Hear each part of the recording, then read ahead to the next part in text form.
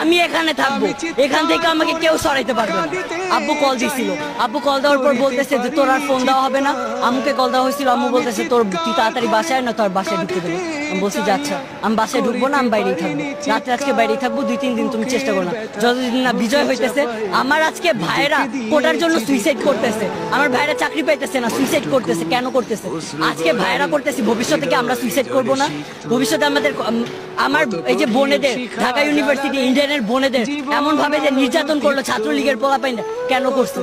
কেন করছে? ওদের কি অধিকার যে ওরা গায়ের ওপর হাত তুলবে? আজকে আসার আগে পুলিশ আমাদের ধরছে, ভিডিও আছে আমার কাছে, আব্বুর থেকে ফোনটাই নাম ভিডিওটা ভাইরাল করব। পুলিশে আমাদের হাত ধরছে, কেন? আমাদের গায়ে হাত দেওয়ার ওদের সাহস কিসের আছে? পুরাটা বিশ্বকে জানাই দেন, এই যুদ্ধ চলবে চলবে চলবে যতদিন না আমরা জিততেছি। আমি Tanmoy Kumar model high school খিলগাঁওয়ের এবারে 10ম শ্রেণী থেকে মানে এসএসসি দিয়ে বের হইলাম, কবি নজরুলের ফার্স্ট ইয়ারের স্টুডেন্ট, অ্যাডমিশন নিলাম।